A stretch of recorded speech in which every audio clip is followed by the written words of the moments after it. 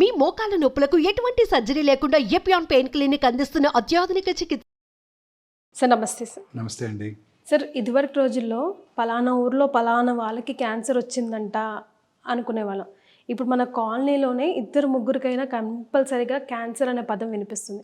ఎందుకు ఇంత ప్రామినెంట్ అయింది సార్? మీరు అన్నట్టు క్యాన్సర్ ఇన్సిడెంట్స్ అంటే ప్రతి సంవత్సరం వచ్చే కొత్త క్యాన్సర్ కేసుల సంఖ్య గణనీయంగా పెరిగిపోతుందండి. 2022 లాస్ట్ టైం ICMR వాళ్ళు ఇచ్చిన ఎస్టిమేట్ అంటే 2 సంవత్సరాల క్రితం భారతదేశంలో 16.5 లక్షల న్యూ క్యాన్సర్ కేసెస్ కనుగొనబడ్డాయని ICMR వారు అంచనాకు వచ్చారు. Indian council for medical research, New Delhi. మన భారతదేశంలో cancer is not a notifiable disease. అంటే మీరు కూడా ఆఫ్టర్నూన్ నేను వాళ్ళ క్యాన్సర్ పేషెంట్ చూశాను అనుకోండి, కొత్త క్యాన్సర్ పేషెంట్, నేను ఎవరికి నోటిఫై చేయాల్సిన అవసరం లేదు, ట్రీట్ చేస్తే సరిపోతుంది. ఒక కరోనా పేషెంట్ చూస్తే మాత్రం వెంటనే మున్సిపల్ అథారిటీస్కి నోటిఫై చేయాలి. So cancer is not a notifiable disease కాబట్టి ఇది ఒక అంటే వాళ్ళు చేయలేదు, ఇంకా ఇది ఒక రఫ్ అంచనా అని అనుకుంటున్నాం. సైంటిస్టులు అలాగే డాక్టర్స్ బిలీవ్ చేసేది ఏంటంటే 16 లక్షలు కాదు, more than 25 lakh new cancer cases భారతదేశంలో ఉంటాయని సైంటిస్టులు డాక్టర్లు గట్టిగా నమ్ముతున్నారు. సో క్యాన్సర్ ఇన్సిడెంట్స్ అందున అర్బన్ ఏరియాస్లో చాలా ర్యాపిడ్గా పెరిగిపోతుందండి. ఉదాహరణకి బ్రెస్ట్ క్యాన్సరే తీసుకున్నట్టయితే ప్రతి 4 నిమిషాలకి ఒక స్త్రీ బ్రెస్ట్ క్యాన్సర్ బారిన పడుతున్నారు ఇండియాలో. ప్రతి 6 నిమిషాలకి ఒక స్త్రీ గర్భసంచి ముఖద్వార క్యాన్సర్ వల్ల చనిపోతున్నారు. స్త్రీలలో ముఖ్యంగా ఈ 2 క్యాన్సర్స్ చాలా ప్రిడామినెంట్గా చూస్తున్నామండి. పురుషుల్లో కూడా ఈ గ్యాస్ట్రో ఇంటెస్టైనల్ ట్రాక్ క్యాన్సర్స్, ముఖ్యంగా సౌత్ ఇండియాలో oral cavity cancers, stomach cancer, urban ఏరియాస్లో మళ్ళీ కోలన్ క్యాన్సర్ కూడా చాలా ర్యాపిడ్గా ఇంక్రీజ్ అవుతున్నాయండి. సార్ ఇప్పుడు అర్బన్ అని స్పెసిఫై చేస్తున్నారు, వైజ్ దట్? సో ఇక్కడ ఎందుకు ఎక్కువ? ఇన్ఫ్యాక్ట్ డిఫరెంట్గా అనుకుంటాం కదా సార్. లేదండి, అర్బన్ ఏరియాస్లో పొల్యూషన్ ఎక్కువ. క్యాన్సర్ రావడానికి 2 ముఖ్యమైన కారణాలు. ఒకటి ఎన్విరాన్మెంటల్ ఫ్యాక్టర్స్, అంటే మన చుట్టూ ఉండే మన ఫ్యాక్టర్స్, అవి including our life style. Okay.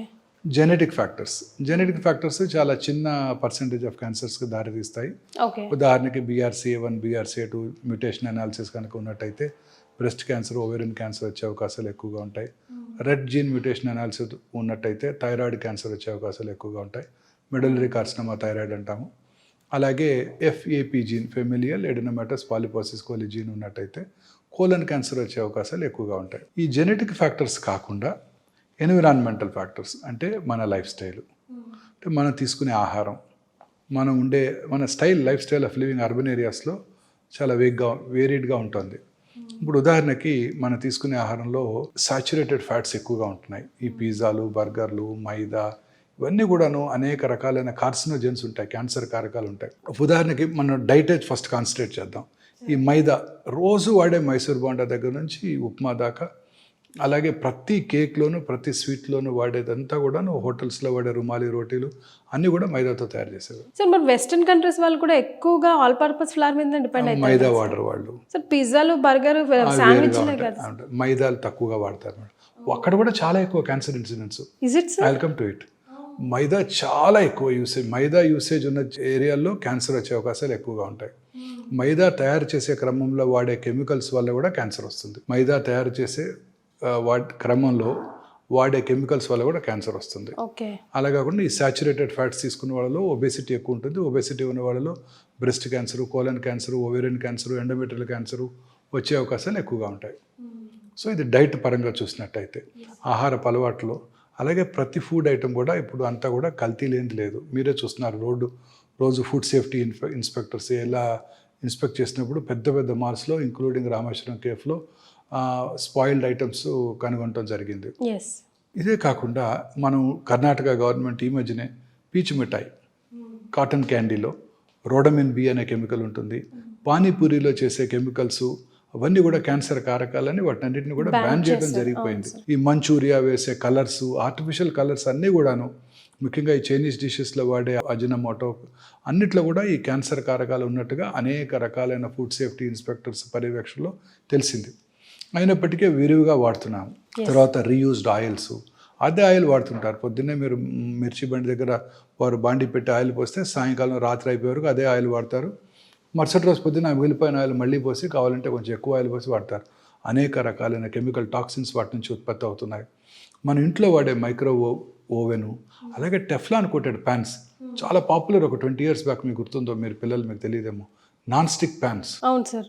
Non stick pans నాకు ఒక 20-30 years back very popular. Yes. అందరూ అవే వాడేవారు. ఆయిల్ లేకుండా నేను దోశ వేసుకుంటాను, ఆయిల్ లేకుండా ఆమ్లెట్ వేసుకుంటాను అని అవే వాడేవాళ్ళు. దాంట్లో వాడే ఆ టెఫ్లాన్ కోటింగ్ నుంచి వచ్చే కెమికల్స్ అన్నీ కూడా 100% క్యాన్సర్ కారకాలు. My God. అలాగే ఫ్రూట్స్లోను వెజిటబుల్స్లోను ఉండే lot of anti cancer substances ఉంటాయి, యాంటీ ఆక్సిడెంట్స్ ఉంటాయి. వీటిల్లో క్యాన్సర్ రాకుండా చేసే ఉంటాయి. సో ఇవన్నీ కూడా ఫ్రూట్స్ గ్రీన్స్ వెజిటబుల్స్ ఎక్కువగా తీసుకుంటూ, రెడ్ మీటు అన్నీ తక్కువగా తీసుకుంటూ, ఒమేగా-3 ఫ్యాటీ యాసిడ్స్ ఎక్కువగా ఉండే సీ ఫిష్ని తీసుకోవటం వల్ల కూడా క్యాన్సర్ వచ్చే అవకాశాలు బాగా తక్కువగా ఉంటాయి. క్యాన్సర్తో పాటు హార్ట్ అటాక్స్, సెరిబ్రోవాస్కులర్ యాక్సిడెంట్స్ కూడా తక్కువగా వస్తుంటాయి. ఈ లైఫ్ స్టైల్లో ఫుడ్ అనేది ఒక ఇంపార్టెంట్ ఐటమ్. సో ఇప్పుడు ఫస్ట్ ఆఫ్ ఆల్ ఫుడ్కే ఫస్ట్ ప్రిఫరెన్స్ ఇస్తున్నారు సార్. ఇంటేక్ వల్లే మ్యాక్సిమం వస్తున్నాయి. అందుకని ఇంట్లో హోమ్ కుక్డ్ ఫుడ్స్, బయట వాడే ఆయిల్స్ అన్నీ కూడా పెద్ద పెద్ద స్టార్ హోటల్స్లో వాడే ఆయిల్స్ కూడా డెఫినెట్లీ అన్నీ కూడా క్వాలిటీలో కాంప్రమైజ్ అవుతున్నారు. ఇది నెంబర్ 1. నెంబర్ 2 మన లైఫ్ స్టైల్. విపరీతంగా ఎప్పుడు కూడా ఎయిర్ కండిషన్డ్ ఆఫీసుల్లో కూర్చోవటం, సన్లైట్కి ఎక్స్పోజ్ అవ్వకపోవటం, సెడెంటరీ లైఫ్ స్టైల్కి అలవాటు పడి ఒబేసిటీ వన్స్ అగైన్. ఆ తర్వాత చాలామంది ఇప్పుడు ఈ బీపీఓ ఆఫీస్లో పనిచేస్తుంటారు. రాత్రిపూట మీరు గచ్చిబౌలి వస్తుంటే అన్ని టాల్ బిల్డింగ్స్ నిండా వెల్ లెట్ బిల్డింగ్స్, లక్షలాది మంది ఎంప్లాయీస్ పనిచేస్తున్నారు. చాలా హ్యాపీగా ఉంది, మన పిల్లలందరికీ మంచి ఉద్యోగాలు దొరుకుతున్నాయి రాష్ట్ర ప్రజలకు అందరికీ అని కూడా అనుకుంటున్నాం. ఆ బీపీఓ ఆఫీస్లో పనిచేసే నైట్ టైం పనిచేసే వాళ్ళందరిలో కూడా breast cancer, colon cancer, ovarian cancer, lung cancer వచ్చే అవకాశాలు ఎక్కువగా ఉంటాయి. Because of sleeping patterns. మన రిథం దెబ్బతింటుంది. రాత్రిపూట పడుకోవాలి, చక్కగా సాయంకాలం 7-8 కల్లా డిన్నర్ చేసుకుని 9 o'clock లోపల పడుకుంటే, అది కూడా డార్క్ రూమ్లో పడుకుంటే, బెడ్ లైట్ లేకుండా పడుకుంటే, పొద్దున్నే 1 o'clock 2 o'clock మెలటోనిన్ అనే హార్మోన్ ఉత్పత్తి అవుతుంది. ఆ melatonin strong anti cancer properties. ఇప్పుడు మనం అంతా ఏం చేస్తాం, ఇంక్లూడింగ్ మీరు నేను కూడా, రాత్రి 11 దాకా పనిచేస్తున్నాము, లేకపోతే 10 దాకా పనిచేస్తున్నాము, ఇంటికి వెళ్ళి 1 గంట టీవీ చూస్తూ, ఆ తర్వాత పడుకున్నప్పుడు కూడా ఆ మొబైల్ స్క్రీన్ చూస్తూ, ఆ రోజు ఆ వాట్సాప్ మెసేజ్లకు ఆన్సర్స్ పెట్టి న్యూస్ చూసుకొని పడుకుంటున్నాం, ఆ బ్లూ స్క్రీన్ చూస్తూ పడుకుంటున్నాం. ఇంకెక్కడ ఉత్పత్తి అవుతుంది మెలటోనిన్ హార్మోన్? ఉత్పత్తి అవ్వదు. It has a strong anti cancer properties. So అందరూ కూడా రిథం దెబ్బతింటోంది. పైగా బెడ్ లైట్ వెల్ లైట్ రూమ్లో పడుకున్నా మెలటోనిన్ హార్మోన్ ఉత్పత్తి అవ్వదు. బెడ్ లైట్ అవాయిడ్ చేయాలి, ఎస్పెషల్లీ వైట్ లైట్, అన్ని లైట్స్ అవాయిడ్ చేయాలి. ఎక్సెప్ట్ ఇఫ్ ఎట్ ఆల్ ఇంకా మీకు మరీ భయంగా ఉంటే లైట్ లేకుండా పడుకోవడానికి చిన్న రెడ్ లైట్ వాడండి, అంతే తప్ప మిగతా ఏ లైట్ వాడకూడదు. దానివల్ల ఈ మెలటోనిన్ హార్మోన్ ఉత్పత్తి అవ్వదు. ఆ ఉత్పత్తి అవ్వకపోతే దానికి కావాల్సిన దానికి ఒక ఇంపార్టెంట్ మనకి ప్రొటెక్టివ్ ఏజెంట్, అది క్యాన్సర్ రాకుండా, అది మిస్ అవుతున్నాం. ఇది ఈ 2 వెరీ వెరీ ఇంపార్టెంట్. అలాగే తీసుకునే ప్రతి ఫుడ్ ఐటమ్ కూడా మేడం, ఇప్పుడు మనం తీసుకునే కార్బోహైడ్రేట్స్ సోర్స్ ఎక్కువైపోతుంది. వైట్ రైస్, ఈ వైట్ రైస్కి బదులు మన దంపుడు బియ్యము, పార్బాయిల్డ్ రైస్ అవి తీసుకున్నట్టయితే డెఫినెట్గా న్యూట్రిషియస్గా ఉంటాయి. అలాగే white rice, white maida, white sugar is equally dangerous అండి. మనం ఎంతవరకు కార్బోహైడ్రేట్స్ తీసుకోవాలి, ప్రిఫరబుల్లీ ఆ carbohydrates 50% of our diet should contain carbohydrates. Carbohydrate, preferably that carbohydrate should come from, not from white sugar. It should come from fruits. It should come from some raw sugar, like brown sugar or jaggery. It should come from that. White salt is equally dangerous. అంటే cancer కారకానికి, ఒబేసిటీకి, అనేక రకాలైన cardiovascular ప్రాబ్లమ్స్కి కూడా white salt is very dangerous. ఇవన్నీ కూడా మనం avoid చేయగలగాలండి. ఇవన్నీ avoid చేస్తే ఖచ్చితంగా మనం క్యాన్సర్కి దూరంగా ఉండడానికి అవకాశం ఉంటుంది. అలాగే పొల్యూషన్ అండి. ఇప్పుడు మీరు సిగరెట్ స్మోక్ చేయక్కర్లేదు, మీరు ఈ హాస్పిటల్ బయట ఒక 15 నిమిషాలు నుంచోండి, 50 సిగరెట్స్ తాగిన పొల్యూషన్ మీకు వచ్చేస్తుంది. Because of pollution. పంజగుట్ట చౌరస్తాలో మీరు 5 నిమిషాలు నుంచుంటే చాలు, మీరు ఖచ్చితంగా 50 సిగరెట్స్ స్మోక్ చేస్తే ఎంత ఇల్ ఎఫెక్ట్స్ ఉంటాయో అంత ఇల్ ఎఫెక్ట్స్ ఉంటాయి. కానీ మనం ఇప్పుడున్న సర్కమ్స్టాన్స్ ఇవన్నీ అవాయిడ్ చేయలేం కదా సార్, మరి ఎట్లా మనల్ని ఎలా ప్రిపేర్ చేసుకోవాలా? సో అలాగే ఎన్విరాన్మెంటల్ పొల్యూషన్తో పాటు ఆక్యుపేషనల్ హజార్డ్. బార్బర్స్ రోజు డై చేస్తుంటారు, దే గెట్ క్యాన్సర్. లూజ్గా అంటే పెయింట్స్ అమ్మే వాళ్ళలో క్యాన్సర్ వచ్చే అవకాశాలు ఎక్కువగా ఉంటాయి. డెఫినెట్గా క్యాన్సర్ వచ్చే అవకాశాలు ఎక్కువగా ఉంటాయి. ఇవన్నీ కూడా కెమికల్స్ అండి. తర్వాత అనేక రకాలైన industrial pollution, asbestos industry, dust ఎక్కువగా ఉండే అనేక సిమెంట్ ఇండస్ట్రీ, ఆ తర్వాత కోల్ మైన్స్. రామగుండం తీసుకోండి, most polluted city in the world. Open cast mines, coal burn చేస్తున్నారు. సూపర్ థర్మల్ పవర్ ప్లాంట్, అబ్బా 22,000 మెగావాట్ పవర్ ప్లాంట్ అని ఆనందపడతారు మనకి ఇచ్చామని. దానివల్ల వాళ్ళు ఇచ్చింది పవర్ ప్లాంట్ కాదు, దాంతోపాటు 22,000 క్యాన్సర్స్ పర్ యానం అనుకోవాలి. ప్లాస్టిక్ కంటైనర్లో వచ్చే వేడివేడి బ్రేక్ఫాస్ట్ అంతే కదా, బయట నుంచి మీరు ఆర్డర్ చేస్తారు స్విగ్గీలోనో జొమాటోలోనో, దేంట్లో వస్తాయి అవి? ప్లాస్టిక్ కంటైనర్లోనే వస్తాయి. అవన్నీ ఆ ప్లాస్టిక్ కెమికల్స్ అని దాంట్లోకి వచ్చేస్తున్నాయి. ఆ బాటిల్డ్ వాటరు అది ఎండలో ఒక అరగంట పెట్టామంటే ఆ టాక్సిన్స్ అన్నీ ప్లాస్టిక్స్లో ఉన్న ఆ ప్లాస్టిక్ మైన్యూట్ ట్రే ఇవన్నీ కూడా ట్రేసెస్ అన్నీ వాటర్లోకి వచ్చేస్తాయి. ఎయిర్ కండిషన్ కార్లో కూర్చుంటారు వెళ్ళి పొద్దున్నే 11 గంట 10ంటికి ఎండలో ఉండి కారు ఉంది అప్పటిదాకా, అందులో ఉన్నదంతా కూడా ప్లాస్టిక్ ఇంటీరియర్సే కదండి. మీరు కారు ఆన్ చేయగానే ఆ వేడికి అదంతా కూడా మనం ఇన్హేల్ చేస్తాం.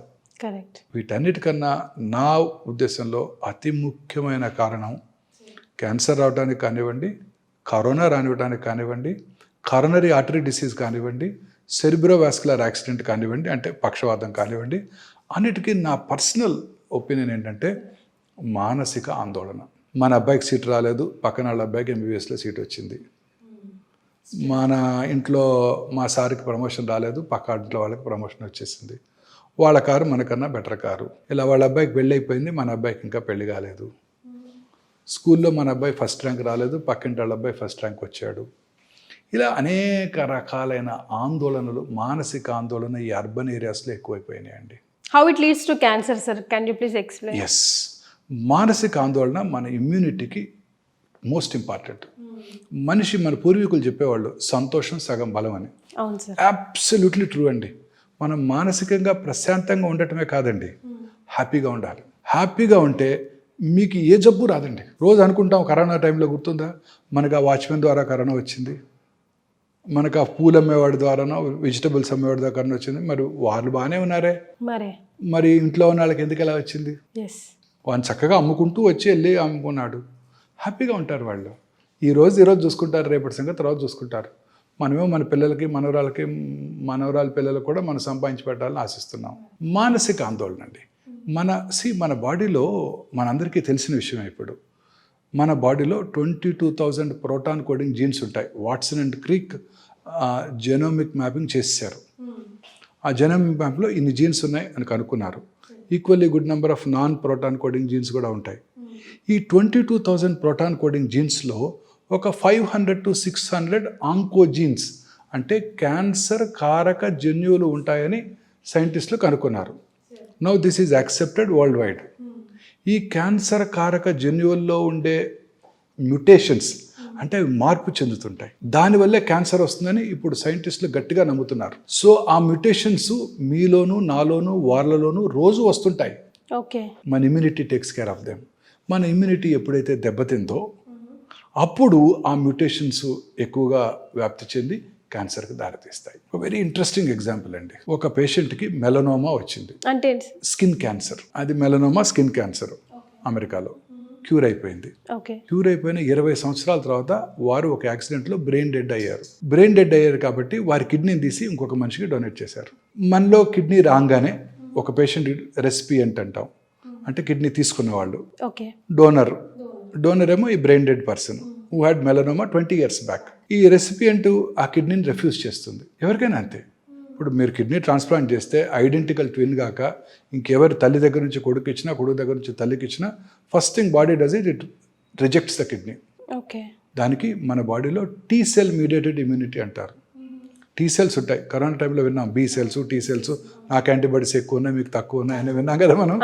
ఆ T cells are called killer cells. ఆ T cells ఏం చేస్తాయి, ఆ ట్రాన్స్ప్లాంట్ అయిన కిడ్నీని రిజెక్ట్ చేసేస్తాయి. అలా రిజెక్ట్ చేయకుండా ప్రతి కిడ్నీ రెసిపియంట్కి ఇమ్యూనో సప్రెసివ్ థెరపీ పెడతారు డాక్టర్స్, నెఫ్రాలజిస్ట్. అప్పుడు ఆ T cell మీడియేటెడ్ ఇమ్యూనిటీని బ్లంట్ చేసేసి ఆ కిడ్నీని ఆ బాడీ రెసిపియంట్ ఉంచుకుంటుంది. సో ఇమ్యూనిటీ తగ్గిస్తారు కావాలని. సో ఈ పేషెంట్కి ఏమైంది, ఆ కిడ్నీ రెసిపియంట్కి ఏమైంది, ఆ కిడ్నీలో ఉన్న ఆ రెసిపియంట్కి మెలనోమా వచ్చింది. అంటే 20 సంవత్సరాలుగా ఆ మెలనోమా స్కిన్ క్యాన్సర్ సెల్స్ కిడ్నీలో ఉండి ఈ రెసిపియంట్కి ఇమ్యూనోసప్రెసివ్ థెరపీ ఇవ్వగానే అవి యాక్టివేట్ అయిపోయాయి. సో చూడండి, immunity plays a very major role. It's very very important. Immunity plays a very major role. Sir ఏ క్యాన్సర్కైనా బాడీ జనరల్ సిమ్టమ్స్ అయినా త్రో చేయదా సార్? ఎందుకంటే చాలా మందిలో విన్నాం సార్, ఇటు ఫ్రెండ్ సర్కిల్లో కానివ్వండి, ఇటు ఫ్యామిలీస్లో కానివ్వండి, థర్డ్ స్టేజ్కే అలర్ట్ అవుతున్నారు. అంతవరకు తెలియకుండా ఎలా ఉంటుంది సార్ బాడీ? లేదండి, cancer is a silent killer. మీరు పెద్ద పెద్ద సెలబ్రిటీస్ చూశారు కదా, అందరూ 4th స్టేజ్లోనే డయాగ్నోస్ చేయబడ్డారు. Steve Jobs. ఎస్. సో ఈ బ్రెయిన్ క్యాన్సర్ లక్షణాలు తీసుకున్నట్టయితే అర్లీ మార్నింగ్ హెడేక్, ఓకే, పొద్దున్నే లేవగానే హెడేక్, లేకపోతే నిద్రలో హెడేక్తో నిద్ర లేవటం 4 గంటలకు 5 గంటలకు, వర్సనింగ్ హెడేక్ ఎస్పెషలీ 50sలో, very characteristic symptom of brain tumour. అలాగే ఫిట్స్ రావటం, కన్వల్షన్స్, తర్వాత హెడేక్ అంటే ఫిట్స్తో పాటు సడన్గా కాన్షియస్నెస్ కోల్పోవటం, ఇవన్నీ కూడా warning signals of brain tumour. బ్రెయిన్లో ఎక్కడైతే లొకేషన్ని బట్టి సిమ్టమ్స్ ఉంటాయి. ఉదాహరణకి చిన్న మెదడు అంటాం, సెరిబెల్లం, అక్కడ కనుక క్యాన్సర్ వచ్చినట్టయితే ఆల్కహాల్ తాగిన వాళ్ళు ఎలా నడుస్తారో అలా నడుస్తుంటారు. తర్వాత ఫ్రాంటల్ లోబ్లో వచ్చింది అనుకోండి, అందరి ముందు డ్రెస్ చేంజ్ చేసుకోవటం వెరీ ఇంపార్టెంట్. ఓకే. సో కొన్నిసార్లు అందరి ముందు యూరిన్ పాస్ చేయటం, అందరి ముందు డ్రెస్ చేంజ్ చేసుకోవటం, లొకేషన్ బట్టి ఫ్రాంటల్ లోబ్లో. కొంతమందికి స్పీచ్ ఏరియాలో ట్యూమర్ వచ్చింది అనుకోండి, అంతా బాగానే ఉంటుంది, మాట్లాడలేరు వాళ్ళు, ఈ కాంట్ ఎక్స్ప్రెస్ ఎనీథింగ్, అలా చూస్తుంటారు అంతే. కూర్చోండి అంటే కూర్చుంటారు, పడుకోండి అంటే పడుకుంటారు, ఆయన ఏమైనా చెప్పాలంటే నోట్లోంచి మాట రాదు. కొంతమందికి విజన్ డిస్టర్బెన్సెస్, కొంతమందికి మోటార్ ఏరియాలో వచ్చిందంటే ఆపోజిట్ సైడ్ కాలు చెయ్యి వంకర అదే పని చేయకుండా ఉండటం, ఇలా అనేక రకాలుగా మేనిఫెస్ట్ చేస్తుంది బ్రెయిన్ ట్యూమర్. కిందకు వచ్చామనుకోండి, oral cavity tumours are the commonest tumours in South India in men. ఈ especially gutka paan chewing habits ఉన్న వాళ్ళు ఈ క్యాన్సర్స్ ఎక్కువగా చూస్తుంటాం. సో క్యాన్సర్ రావడానికి అనేక రకాలైన కారణాలు డిస్కస్ చేసినప్పుడు ఈ దురలవాట్లు కూడా చాలా ఇంపార్టెంట్ అండి. స్మోకింగు, అంటే స్మోక్లెస్ టొబాకో అంటారు, అంటే గుట్కా, కైని, అంబారి, ఏదో రకరకాల భాషల్లో వాడుతుంటారు, జర్దా వాడుతుంటారు. చాలామంది అడుగుతుంటారు, నేను ఇక్కడ నోట్లో నములుతాను, ఊసేస్తాను, నేను దాన్ని ఇంజెస్ట్ చేయను లోపలికి, నాకు ఎందుకు వస్తే అంటాడు క్యాన్సర్. ఓరల్ క్యావిటీలోనే కాదండి, అక్కడ ఓరల్ మ్యూకోజా నుంచి అబ్జార్బ్ చేయబడి బాడీలో ఇతర భాగాల్లో కూడా క్యాన్సర్ రావచ్చు. స్మోక్ గురించి చెప్పనవసరం లేదండి. స్మోక్ చేసిన 6 సెకండ్స్లో ఆ టొబాకోలో ఉండే 400 to 500 క్యాన్సర్ కారక సబ్స్టెన్సెస్, కార్సినోజెన్స్ అంటాం, అవి బ్లడ్లోకి వెళ్ళిపోయి లంగ్స్లోనే కాకుండా యూరినరీ బ్లాడర్లోను, ఆడవాళ్ళలో అయితే గర్భసంచి ముఖ ద్వారా సర్విక్స్ దగ్గర కూడా క్యాన్సర్ కలగజేయగలవు. అంత ప్రమాదకరమైంది ఈ టొబాకో. సో ఈ ఓరల్ క్యావిటీ క్యాన్సర్స్ని గుర్తించడం కూడా చాలా కష్టం అండి. అందరూ కూడా లేట్ స్టేజ్లో వస్తుంటారు. మోస్ట్ ఇంపార్టెంట్ సిమ్టమ్స్ ఏంటంటే ఎరుపు తెలుపు మిళితమైన ప్యాచెస్ ఉండటం, అలాగే టంగ్ పైన కానివ్వండి, బకల్ మ్యూకోజా దవడ లోపలి కానివ్వండి, లిప్స్ దగ్గర కానివ్వండి, అంగటి మీద కానివ్వండి, ఎక్కడైనా సరే అవేమి నొప్పి కలిగించవు, ఎవరు డాక్టర్ దగ్గరికి రారు. తర్వాత మాట స్పష్టత కోల్పోవటం, నాలుక లోపల ట్యూమర్ వచ్చినప్పుడు నాలుక కదలికలు దెబ్బతింటాయి, అప్పుడు మాట స్పష్టంగా ఉండదు. ఇది ఒక important warning signal. Feeling of foreign body sensation in the throat. మామూలుగా మనం ఏదైనా మింగుతున్నాం అనుకోండి, పూర్తిగా మింగలేకపోతే ఒక వేగ్ ఫీలింగ్ ఉంటుంది, ఇక్కడే ఉన్నట్టు థ్రోట్ వెనకాల. మింగినా కానీ అది అలానే ఉందనుకోండి, వాటర్ తాగినా కానీ, that could be a cancer. అంటే బాడీ ఆ ట్యూమర్ని ఫారిన్ బాడీ లాగా పర్సీవ్ చేస్తుంది, వెరీ ఇంపార్టెంట్ వార్నింగ్ సిగ్నల్. అలాగే చిగుళ్ళ నుంచి బ్లడ్ రావటం, అల్సర్ నుంచి బ్లడ్ రావటం ఓరల్ క్యావిటీలో, ఇవన్నీ కూడా important warning signal off cancer and oral cancer.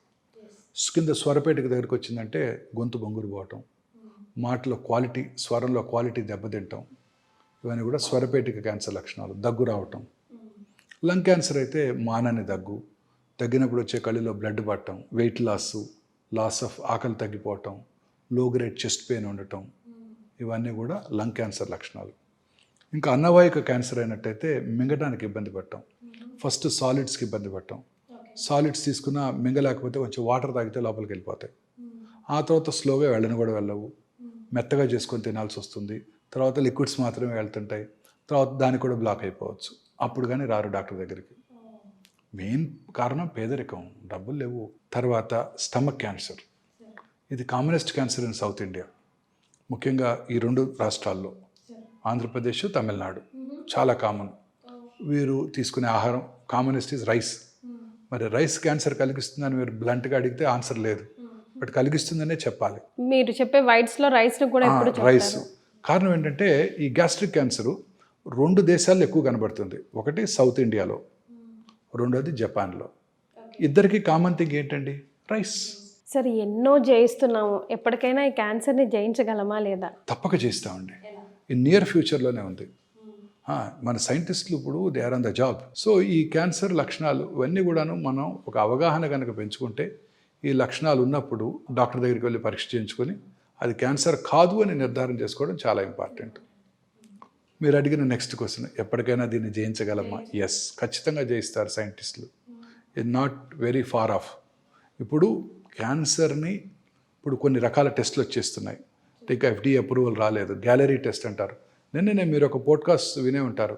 Bill gates Zerodha అనే ఒక ఫేమస్ యాప్ ఉంది, stocks broking app, very famous. దాని CEO యంగ్ మ్యాన్, ఆయనతో పాడ్కాస్ట్ చేశారు.